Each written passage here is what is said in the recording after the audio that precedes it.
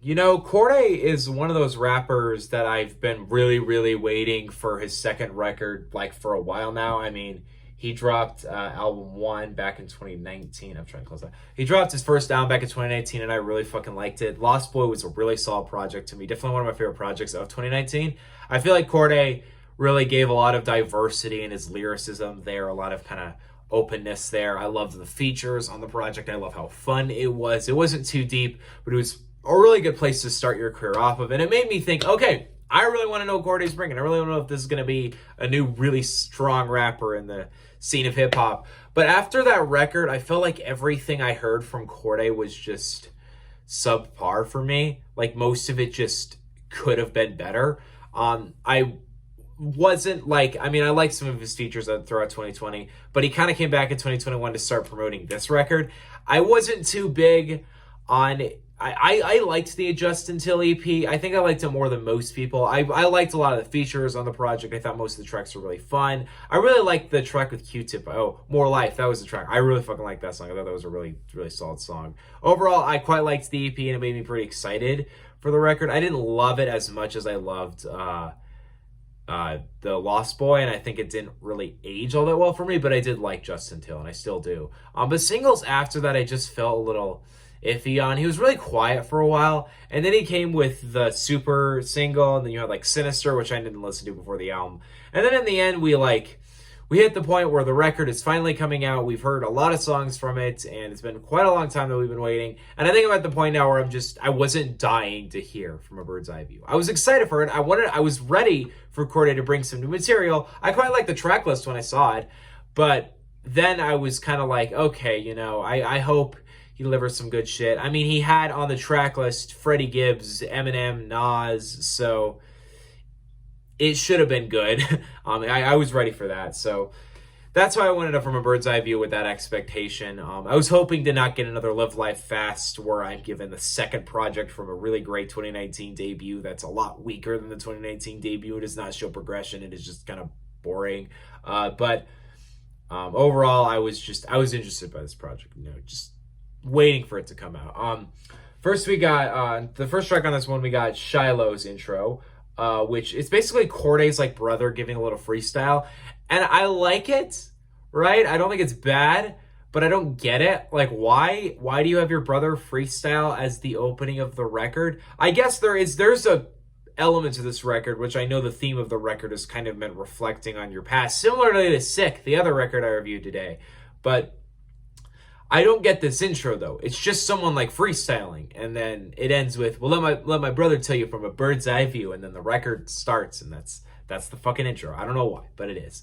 Then we got Jean-Michel, which is all right. I like the lyrics on it. I like the piano. It's probably one of the better tracks on it, but I think this is the first of many occasions on this record where Cordae's rapping just really fails to hook me in. His flow just is not interesting. He just has a very uninteresting personality on the track. I think Super is all right. I really bumped this track when it first came out. I thought it was a really strong track. I thought his flow was like really fucking good on the track. But like in reflection now, I don't think it's nearly as good now. I feel like the actual flow and the actual lyrics being spit are not that strong at all. I do still like the opening bar, "The last year I made 7 gram, I didn't have to do a single fucking show." I like that bar, but the track itself just isn't all that strong, and overall I think it got a lot weaker for me over time. Mama's Hood is actually a pretty nice track though. I mean, it's not great, but I do like the reflectiveness of the track. I love the kind of reflecting back on your past. Has every other rapper done this before? Yes, but it's here. And it's all right. One for me is all right, but I really feel like at this point in the record, things start really blending together, and it starts really feeling like a J. Cole impression. And I know that comparison is made a lot, but like, it really does feel like that. And when you hit tracks like Today, it still feels like that. I mean, Gunna's on it. Does he fit? No. Is he boring as fuck? Yeah, but he's there. It's something. Then you get Shiloh's Interlude, which I truly cannot tell you why it's here. I mean, the freestyle at the beginning was like a little setup. You know, you got a little freestyle. You know, you got a little bit of his family life. I don't get this one, though. There's like no fucking reason to have this weird phone call thing. That's all it is. It's like a voice message. Just like all it is. It's useless. C. Carter, yeah, it's like the other tracks, you know. As you can tell, I'm getting pretty annoyed in this part of the album. Next we got Sinister, which I don't think I'd really like this song all that much if it weren't for Lil Wayne. I think Cordae's on it is just all right. The beat is just all right. It's kind of dry and boring. But, man, Lil Wayne is really strong on it. As usual on its features, Lil Wayne absolutely murders it. He has a great flow. He gets great lyrics again. It just makes me excited for whatever he's coming with next. Then we got Chronicles, which is all right. It feels like the biggest attempt to make some kind of like culture big hit. You know, like get her on the track, get Lil Durk on the track, get these people who are new upcoming that are really easy to get, that aren't really all that great, but hey, they make hits. And I like Lil Durk, I like her. I'm just not huge fans of them, and I think both of them normally just deliver all right music. And it's kind of what this is. Then we got Champagne Glasses, which pisses me off. This track annoyed the fuck out of me. It's not actually because it's a bad song at all. In fact, as a song, it's probably one of the better ones on the album. But the biggest issue with this track is when the track list dropped, I don't know why this didn't happen, but it says featuring Freddie Gibbs, Nas, and Stevie fucking Wonder. Like, that is a great feature list. That is so good. Stevie Wonder, Nas, Freddie Gibbs. Nope. Nas is not even on it. Like, I don't know if he even explained why just Nas isn't on the track. Like, he's not listed as a feature. The track list he posted is still out. It still says Nas on it, but the album itself, no Nas to be heard. I probably would have liked this song if Nas was on it. A lot more than I do already. And Stevie Wonder is technically on it because he gets his little piano solo at the end. Damn it! That's annoyed me so much because, like, I get Stevie Wonder probably just doesn't want to feature for the whole track. But the piano solo is great, I know. But if you're going to say featuring Stevie Wonder, fucking feature Stevie Wonder. Don't just give us a piano. Give us, like, actual singing from the guy. You know? And, like, the piano's fine. But that's not, like, I don't know. It's just not, like, it feels very disappointing for the track itself. Freddie Gibbs is all right, though. The track itself is probably one of the better ones as a whole, but it would have been so much better if he actually didn't lie about the Nas feature and borderline, like, it feels like clickbait of a track. It feels like it says it's not what it says it is. It's actually similar to that Jamie Foxx thing on the Live Life Fast, where I was excited to hear Jamie Foxx feature, and then I just got some stupid, like, interlude from Jamie Foxx, but at least Jamie Foxx talked on the album. But Stevie Wonder's piano is not bad, obviously. It's not bad. It's just a lot less than what I hoped for. Then we got Westside Lake, which, yep, that's the outro to the actual album is this. Because there's, like, 2 more tracks, but they both don't feel like they're supposed to be there. They're just kind of, like, additions to the album. But Westside Lake is kind of like that outro to the album. It ends it out, like, 12 tracks. It's another one of these, look at me, lyrical miracle tracks, you know.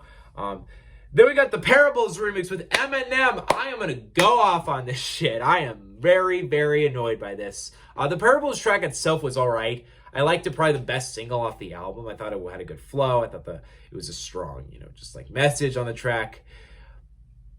But man, Eminem sucks on this. Eminem is so bad on this track. And it's not even in the sense that's like, I've never heard Eminem do something this bad. I've just heard him do something like this a lot. It's your typical Eminem feature nowadays where he just raps fast. And he's like, it's very similar to that Killer remix to me. That was my issue with the Killer remix, was just Eminem mindlessly rapping fast for no reason other than, look at me, I'm the lyrical miracle, spiritual, here, ritual, re-ritual. It's that same shit, the lyrical miracle shit. And I'm so pissed off by that nowadays because it's such a display of no lyricism. And I'm not saying Eminem has no lyricism on this track, but it's not, like, good. There's the one line that people have pointed out so much, and I hate this line because it's so bad. It's the, I'm coming out like Obama's kids, I'm coming out of Michelle.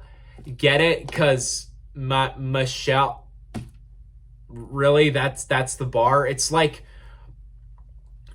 I get Eminem does the corny puns now, but that's not corny. That's just bad. That's not the... I know he could do so much better than just speed rap. He's so much more than that. And this verse goes on way too long as well. It's just really disappointing. And it results in yet another disappointment off this whole record. Finally, we're given the Gifted remix. which I'm kind of I was kind of disappointed by when this track came out. I remember it was kind of a big thing. It's like, oh my god, Cordae and fucking what's his name? It was a big deal because it was like Cordae and Roddy Ricch. Oh my god, they're here, and the track was all right. Ant Clemens is a nice addition, but it doesn't like result in an amazing track.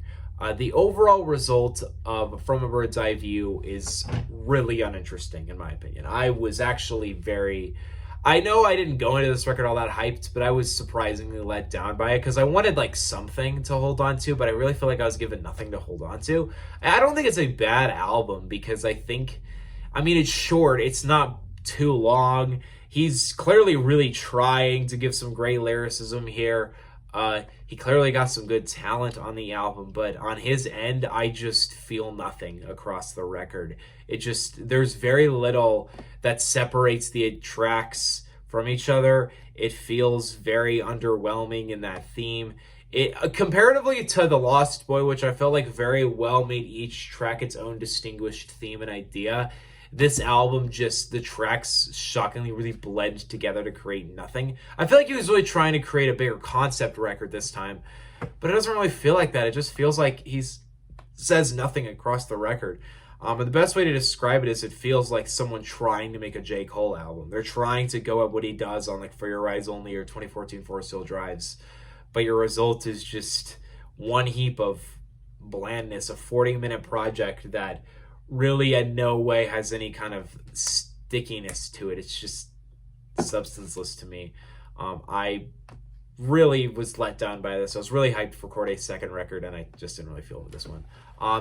I'm feeling like a B- here. That's kind of my rating. That's like, it's not bad, but I don't really like it either. It's definitely not a terrible album, but Cordae could have definitely done better on it, and I'm hopeful for his third record, but kind of like the Roddy Ricch record, I'm not super hyped for it. But yeah, what do you guys think on From a Bird's Eye View by Cordae? Let me know in the comment section below. Don't forget to subscribe. See you guys next time. Peace out. I guess FKA Twigs is next. And then this Friday, I guess I'll review Ian Dior. I will listen to it. I'm not really an Ian Dior fan, so I don't know if I'll review it. But the Friday after that is Earth Gang, which I'll definitely review. See you guys next time. Peace out. Bye.